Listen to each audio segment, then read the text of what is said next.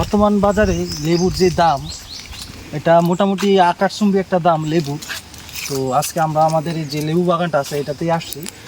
আর মূলত হচ্ছে আজকে আমরা আপনাদেরকে অবগত করব যে আসলে কী কারণে এই লেবুর দাম এত বেশি, আকাশচুম্বী কেন হচ্ছে লেবুর দাম।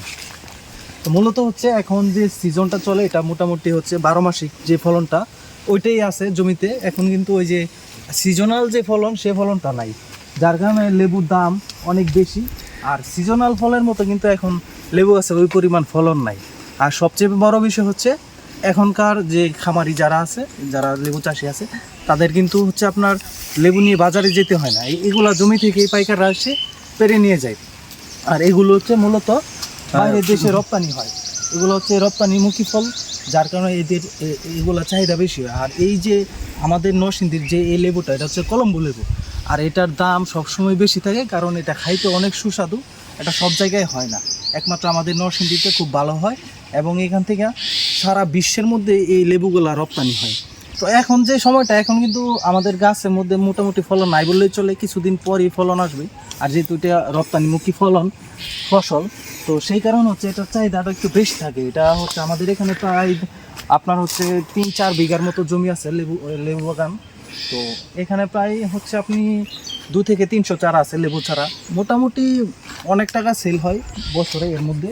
আর এই যে জমিটা দেখতে পাচ্ছেন, এটা হচ্ছে আপনার অনেক পুরাতন একটা জমি।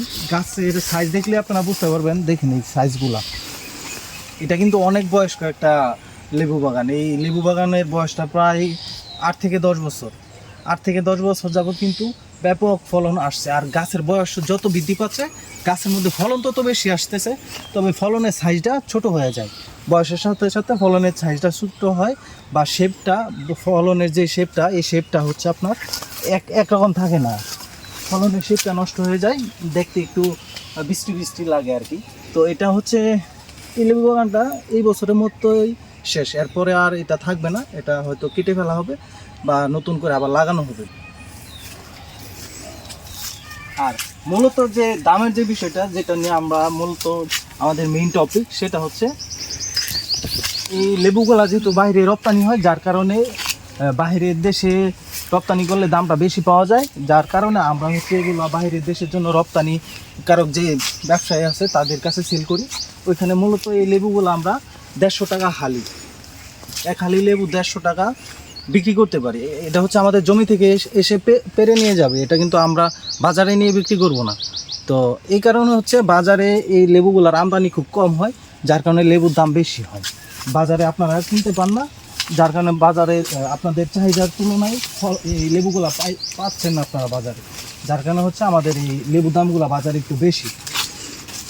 তো আপনারা যারা মানে লেবুর জন্য আপনারা যারা সবসময় লেবু খাইতে চান বা আপনাদের লেবু প্রয়োজন পড়ে, তারা কিন্তু চাইলে হচ্ছে বাসাবাড়ির আঙ্গিনায় যে কোনো একটা লেবুর ডাল পুঁতে রাখলে কিন্তু লেবু হয়, লেবু গাছ হয়। এবং ওইখান থেকে আপনারা লেবু যখন ওই গাছটা হবে, ওইখানে ফলন হবে, ওইখান থেকে আপনারা আপনাদের নিজেদের চাহিদা মেটাতে পারবেন।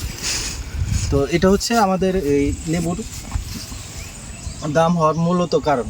আর এটা হচ্ছে জাতর যে কলম্বো লেবু, এটা নরসিংদীতে খুব ভালো হয়। আর আপনাদের যদি লেবু চারা টারা লাগে, সেই ক্ষেত্রে আমাদের সাথে যোগাযোগ করতে পারেন, আমরা চারা ম্যানেজ করে দিতে পারবো। তো এই হচ্ছে আজকে আমাদের ভিডিওর মেইন টপিক। তো আশা তো ভালো থাকবেন, সুস্থ থাকবেন। আল্লাহ হাফিজ।